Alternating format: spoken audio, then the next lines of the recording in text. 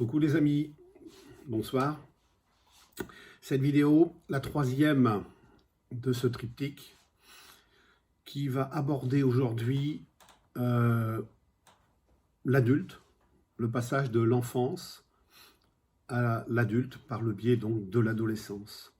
Devenir adulte par l'adolescence, préparé depuis l'enfance. Voilà le titre du jour. Dès la naissance, beaucoup se programment. C'est dans les premières années de sa vie, puis ensuite dans les 20 premières années d'une existence qui, statistiquement, en comprendrait 80, 25% du temps de l'être humain, ce mammifère si particulier, est consacré à la préparation du sevrage. C'est le seul mammifère qui garde aussi longtemps son petit. Alors oui, tout se joue là, ou en tout cas une grande partie. Parce que dans ces années d'empirisme, d'expérience, c'est ainsi que vont se mettre en place des biais cognitifs. Et nous, les thérapeutes cognitivistes comportementalistes, nous allons parler à ce moment-là d'un travail particulier qui s'appelle la thérapie des schémas précoces et inadaptés de Jeffrey Young. Effectivement, pour questionner nos comportements d'adultes, nous aurons à revenir sur ces périodes-là où se programment, comme des logiciels, nos réponses qui surgiront au temps de l'adulte. Donc très important ce moment qu'on va passer ensemble aujourd'hui. Il me semble qu'il serait intéressant de considérer la grossesse comme un point de départ idéal pour aborder le développement de l'enfant. Pendant la grossesse et surtout chez la primipare, c'est-à-dire celle qui a pour la première fois un enfant, eh bien, éduquer sur ce qu'est le développement d'un enfant. C'est très très important. Ce serait tellement simple de pouvoir en parler, sans parler de pathos, de souffrance, juste aborder le regard de la future maman et du futur papa sur ce qui va se passer 9 mois, 7 mois ou 6 mois après. Le sens et la place d'être parent, et donc de se lier ou pas à son enfant, et comment se lier à lui. Mais là, vous savez que ce serait compliqué, on va se heurter à un tas de professionnels qui penseraient qu'on serait dans une ingérence illégitime. Moi, je pense que ça vaudrait le coup d'être osé. Vous me direz ce que vous en pensez dans vos commentaires. De l'enfance à la préadolescence, le temps de l'apprentissage émotionnel. N'oubliez pas d'où venons-nous, d'un monde où nous étions animal. Avant de penser, nous ressentions. L'action de pensée viendra plus tard. Et on va commencer à avoir un contre-pouvoir à l'état émotionnel autour de 11-12 ans, quand nos chérubins vont commencer à nous faire l'humour et que nous allons, pendant le repas, nous consacrer à des blagonnettes à Toto, comme on dit, les blagues de Toto. Eh bien, à ce moment-là, notre enfant, par une pensée symbolique, peut comprendre qu'un mot peut en cacher un autre, en tout cas dans son sens. À partir de là, il va pouvoir développer effectivement un autre penchant de l'existence qui nous permet d'avancer, qui s'opposera donc, en tout cas, qui sera en face des états émotionnels, c'est-à-dire l'acte de pensée. Alors, apprenons-leur très tôt à nos chérubins aussi de se souvenir qu'ils sont avant tout des animaux et donc des êtres sensitifs, sensoriels. Parler d'émotions, le vivre, l'exprimer. Il y a plein d'outils pédagogiques et didactiques mis à disposition des parents pour cela. C'est essentiel.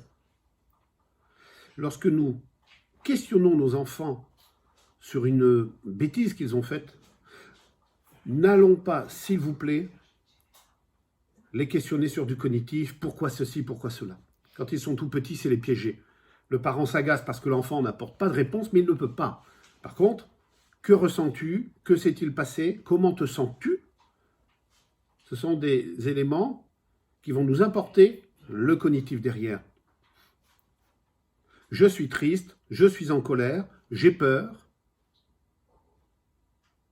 Ce sont des émotions qui vont permettre d'obtenir après l'explication de ce qui vient de se dérouler et qui questionne nos enfants. Pensez-y dans chaque jour quand vous avez vos enfants devant vous. Le mixage pensée-émotion, je viens de le dire, c'est un équilibre à enseigner. L'animal devient sapiens. Il n'est pas seulement celui qui ressent, je viens de le dire, mais aussi celui qui va penser à un moment donné.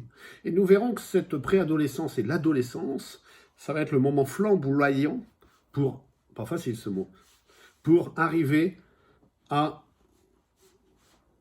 déjà faire un bilan de comment nos enfants font le tri entre ce que je ressens et ce que je pense.